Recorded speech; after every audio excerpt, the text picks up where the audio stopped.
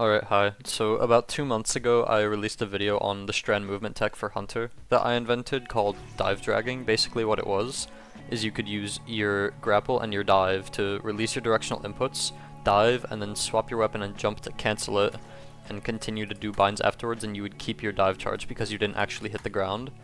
But there's kind of an updated offensive form of this tech that I had been gatekeeping since because it's very powerful, and I'm going to be going over it in this kind of updated guide. Before I get into this, there's two things I want to put out there. One, I'm not a controller player anymore.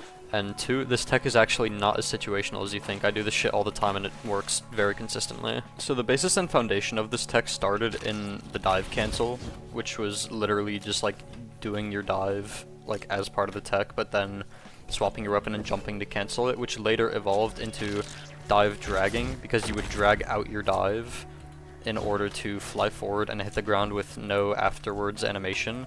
So what you could do is you could just fly forward, have no animation, and then just attack people immediately afterwards without the chance of just getting absolutely pellet pigged out of your dive and not being able to make a cool play. It does kind of end up changing the way you use your grapple as a whole because you can obviously still do the dive cancel and fly at people and just do the same grapple melee out of it afterwards, but the optimal way to do it is you fly more forward than up, and you let your dive hit the ground, and you can grapple melee people after they're suspended. Inputs to do this are as follows. You're going to start by, of course, doing your grapple. At any given point in your grapple, you are going to let off all your directional inputs, so no joystick, no WASD, no nothing, and once you've done that, you're going to dive, and it'll go into this animation where you're kind of crouching with your feet down instead of flipping and doing the actual dive.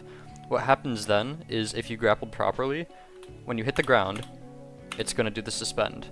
But if right before you land, you swap your weapons, so around this point, if you swap your weapons, land, you will carry your momentum outward, and you will be able to immediately jump out of the animation and do a follow-up grapple melee onto the person you've just suspended. It's a silly old montage clip, but when executed properly, this is what it looks like. But yeah, there's definitely a lot of really creative, wacky, and fast-paced plays to be made with this tech. I certainly hope this was helpful. But yeah, that's that's literally all there is to it.